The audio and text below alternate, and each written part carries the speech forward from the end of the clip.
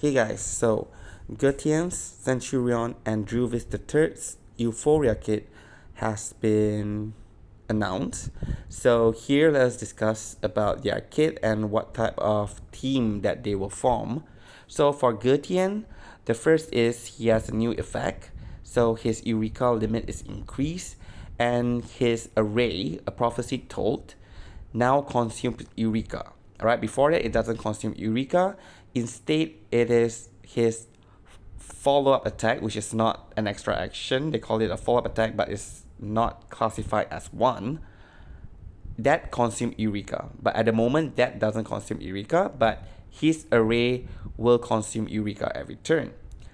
But when you cast his ultimate, which deploys his array, then he will get Eureka.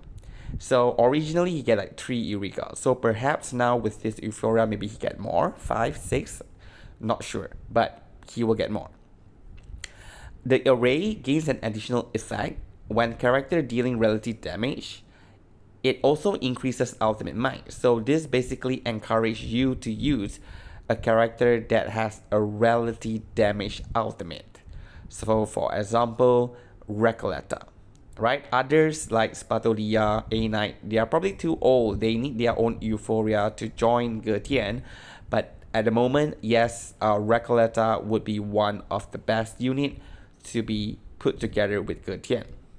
Then the other effect here is Bone Reading, which is his S2. You use S2, he enter Bone Reading channeling status, and that will trigger Admonition. And now Admonition, which is the follow-up attack, does not consume Eureka and it will not be removed. So basically, I believe you just use Bone Reading, then you wait a few more turns, then he will come out from it and then you recast it.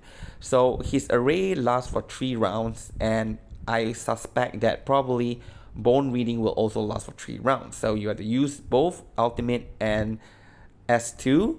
Then in that 3 rounds, you don't have to cast them again. So you just have to use the S1 one more time and then you'll be able to cast the ultimate again.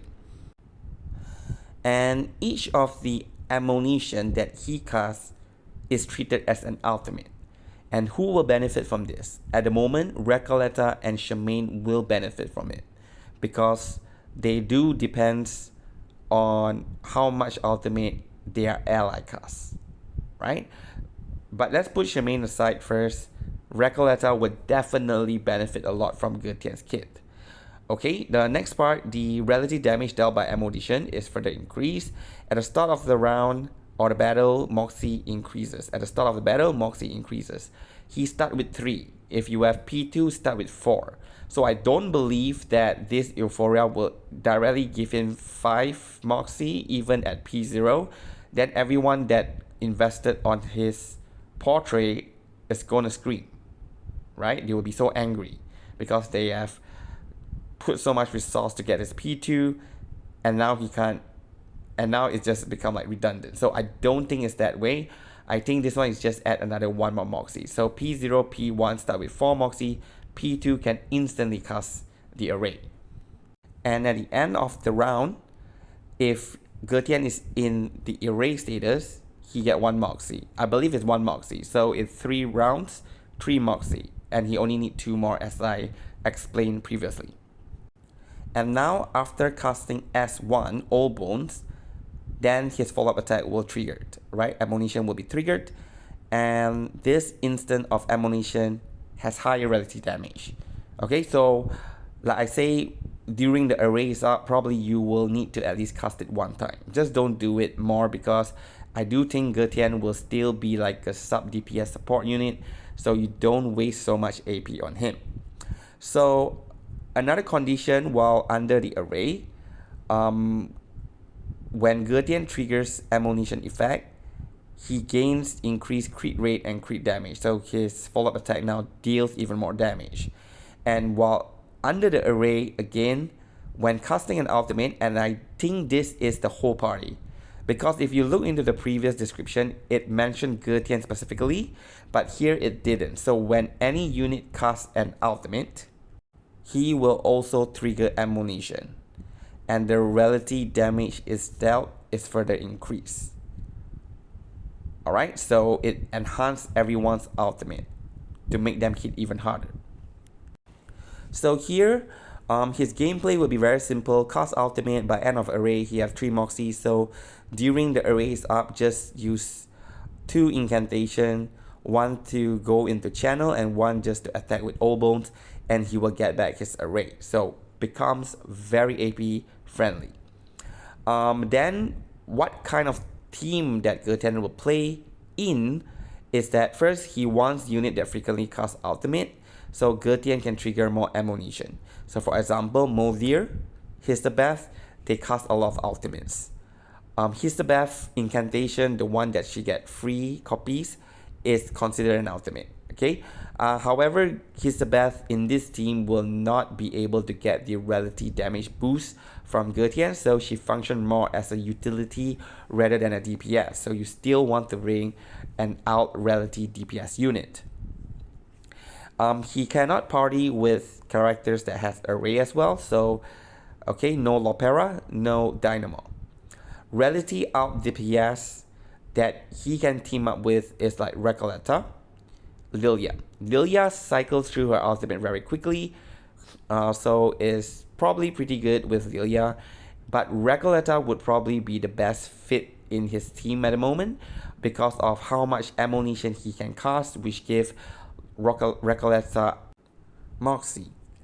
So so here the team is like Recoleta, Getian. I would still think Melania will be essential here because Melania and Recoleta is really quite insane, and Getian doesn't seem to give that much ultimate might. It's more towards relative damage. So Recoleta still wants that ultimate might. But the true question is, who will be better, Moldir or Getian in this team? Okay, so we do not have the figures yet, so we can't exactly say which is better. But anyway, this is the team that I would think of. But currently, Ultimate team lacks a healer. So who could that be? Right? Out healer. So I think it should be Karen. Okay, the spirit unit that we will be getting in CN should be a healer, a relative damage healer, and works very well with Ultimate teams. Okay, so that is my opinion, and I think Karen's kit will be based on that. And now for Centurion, S1, S2 deal more relative damage on top of damage dealt, right? The Moxie, the higher the Moxie, it enhances damage dealt, but now there's additional relative damage. Okay, so the damage of S1 and S2 also is affected by Ultimate Might. So this is the same as Lucy, if I'm not mistaken. Okay, then when S1 is cast, if Moxie is below a certain threshold, it increases self-Moxie. So she can gain probably 2 Moxie with 1 use of her incantation. So you use 2 incantation, you probably already reach like max Moxie. And if the Moxie is equal or above the threshold, it will consume a set amount of Moxie and deal additional relative damage. And the same goes for her S2. Also, if below a certain Moxie, gain additional Moxie. If it's equal or above the threshold, then consume the Moxie and deal more damage. But however, now the ultimate changes. Her ultimate will not consume any Moxie. So if you have 7 Moxie, 8 Moxie, she will not consume it. But after you cast her ultimate, she will enter this status called Heavenly Feast. And for several rounds, she cannot get her ultimate. Remember, at this point, the Moxie is maximum, but she cannot gain her ultimate until Heavenly Feast is over. So here I said, I think Heavenly Feast will not last more than 3 rounds because a normal rotation would be 3 rounds. So it's a bit unfair if suddenly that thing lasts for 4 rounds and Centurion cannot get back to her ultimate in 4 rounds. Because if she cannot cast her ultimate frequently, she loses out some synergy with character like Getian's Euphoria, which needs us to cast more ultimate. Alright? But anyway, when under this Heavenly Feast status, casting S1 or S2 will not consume Moxie. Okay, because initially if your Moxie is equal or above threshold, then you will consume a set amount of Moxie to deal more damage. But now if you are under this status, you don't have to consume any Moxie and you will get that additional relative damage. And at the end of Heavenly Feast, when it expires, all Moxie from Centurion will also disappear. So then only you got to build it up back to 5 and then recast the ultimate. So this is how her rotation will be. And to simply put it, I don't think ultimate will be her main gimmick. It's actually from her incantation, right? Because now both S1 and S2 deal more damage, okay, when the Moxie is max. Alright, so here are some teammates that I think is suitable for Centurion. Moldir, Lopera, Melania, Getian, and possibly Dynamo. Why? Because Dynamo Force Field has Ultimate Might and Incantation Might. It is doubled. So Centurion can benefit from both of that stats. Okay, so there's a possibility you can use it with Dynamo. So there will be Centurion, Outreach, Ezra, and someone else. Okay, you don't want to put Lucy in to compete for the slot of DPS because it's a bit difficult to manage unless it's a 5-man team, right? Anyway, again, ultimate, who is the healer? So again, I hope Karen will be the ultimate healer. The third character that will receive a new Euphoria is Druvis the third, and this is her second Euphoria. So I'm going to call it E2. So enhance Circle of Life, and when attacking, grant a certain number of Fire Sprout based on the incantation rank. Now, all the plant unit will have Circle of Life. So all of them will be able to inflict Fire Sprout. So what is Fire Sprout? Explode at the start of the round. So every turn it explode, and each deck deals Genesis damage to the target equal to certain percentage of your team's average attack. So something like impromptu, right? You get all the stacks, you divide by 4, so average. But this is just based on attack. So then all of the stack will be removed. So to me, this is some sort like poison. Okay, just it's instead of the end of the round that is triggered, this is triggered at the start of the round. Okay. Anyway, each stack of Fire Sprout decreases crit resist rate and crit defense. Okay, not too bad. It's a debuff. And at the start of the battle, if there are multiple plus unit, so enhance the effect of Circle of Life. If you put Druvis behind, let's say, Hisabeth, then Hisabeth will get penetration rate. And now I have Kakanya behind Druvis. Then Kakanya will have damage taken reduction. So her positioning now is pretty important. Don't put her right in the front, right? Or at the back, because half of this buff will not be applied. Okay, so at the start of the battle, if there are multiple plant of latest character, enhance the effect of Circle of Life. So when Fire Sprout explodes, each deck increase damage bonus for all allies. So here you really want to throw in characters that can do rank up, because the more rank up, the more Fire Sprout, the more damage dealt is granted to all allies, right? So this will be Druvis automatic rotation. So she becomes very AP friendly, and that is good news.